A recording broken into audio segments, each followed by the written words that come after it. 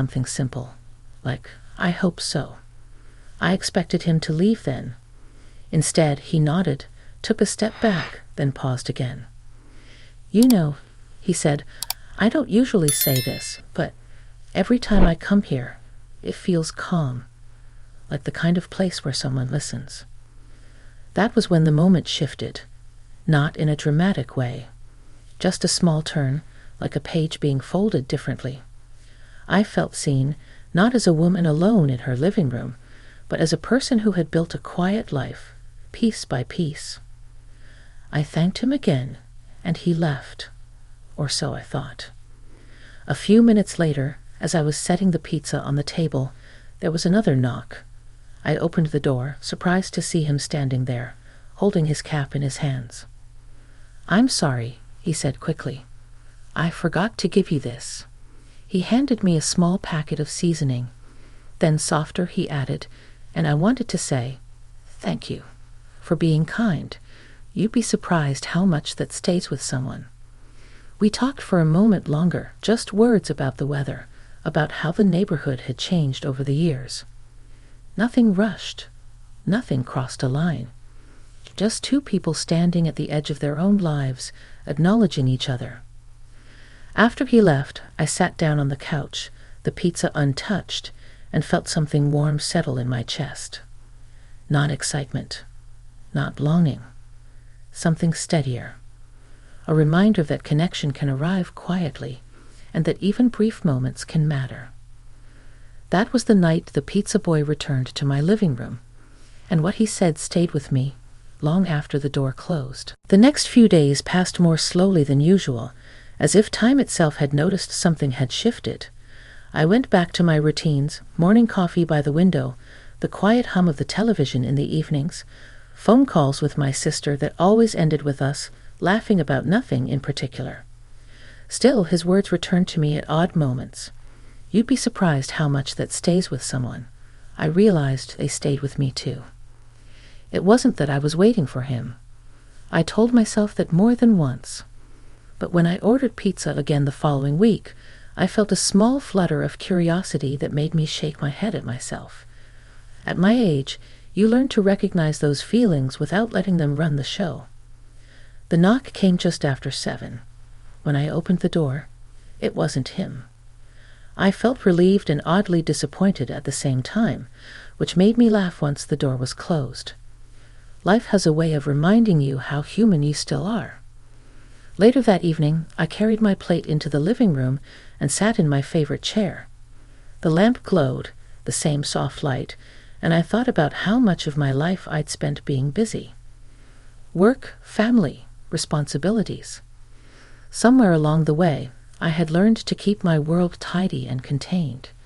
Safe, calm, maybe a little too quiet. 2 nights later, there was another knock. This time, when I opened the door, he stood there, smiling in that familiar, reserved way. We both recognized the moment instantly. It showed in the pause, the shared breath, before either of us spoke. "Looks like I'm back," he said.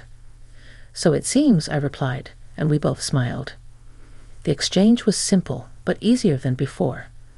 Like a second conversation picking up where the first had ended. He mentioned that he'd been delivering in this area for years, that he liked the older neighborhoods because they felt settled, grounded. I told him I'd lived here a long time too, that there was comfort in knowing where everything belonged. Before he left, he asked, carefully, "Do you ever feel like quiet can be loud?" The question surprised me.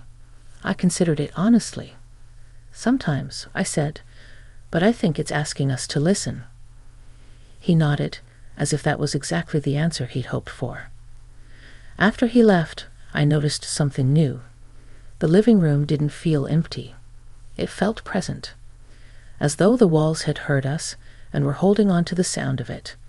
I realized I wasn't thinking about him as the pizza boy anymore.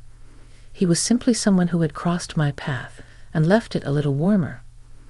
That night, I wrote in a journal I hadn't opened in years. Just a few lines about unexpected conversations and the courage it takes to show up as yourself, even briefly. I slept better than I had in a long time. I didn't know where any of this was leading. I wasn't trying to define it, but I felt awake in a way I hadn't in years, and for now, that felt like enough. By the third time he came by, I stopped pretending it was coincidence. I hadn't ordered pizza because I was hungry. I ordered it because part of me was curious about what might be said next, and what that might reveal about me. When I opened the door, he greeted me by name. That surprised me more than it should have. It meant I wasn't just another address on his route. It meant he paid attention. "You always seem thoughtful," he said, handing me the box. "Like you're in the middle of remembering something important." I laughed softly. At my age, that could be anything. He smiled, then grew a little more serious. "My dad used to say that the second half of life is really about understanding the first." That landed somewhere deep.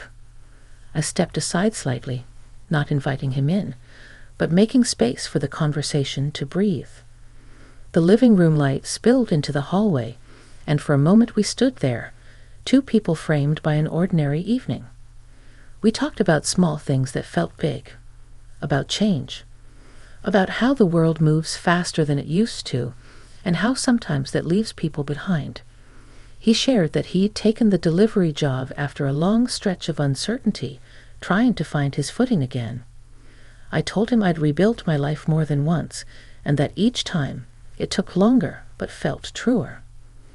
There was no rush in our voices, no need to impress, just listening. I realized how rare that had become. Before he left, he said, "You know, most doors open and close without anyone really seeing each other.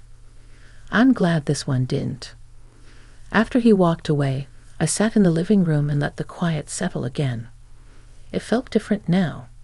Not empty, not loud. Intentional.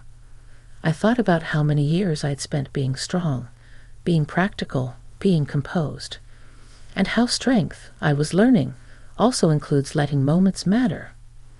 That night, I didn't turn on the television. I sat with my thoughts and felt a sense of gratitude. Not for him exactly, but for the reminder that discovery doesn't end at a certain age. It just changes shape.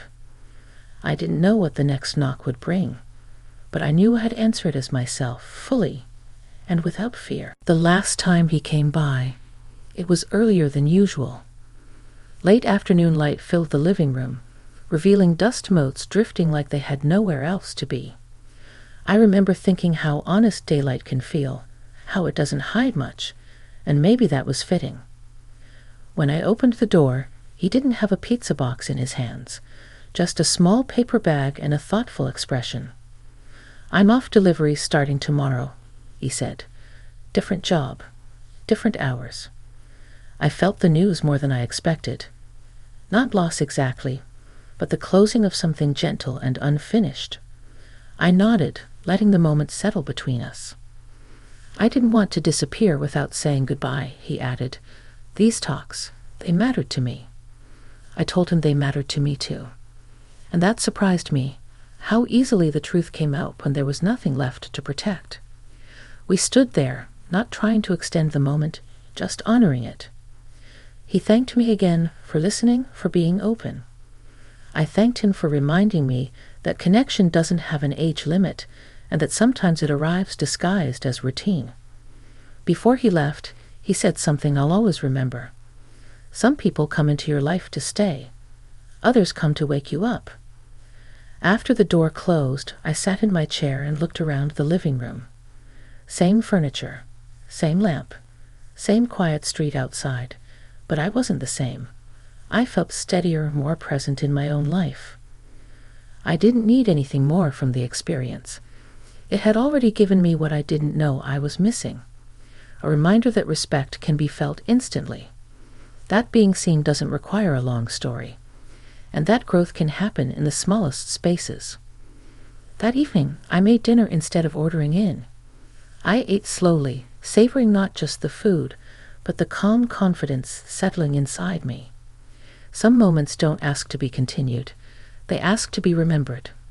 And I remember this one clearly.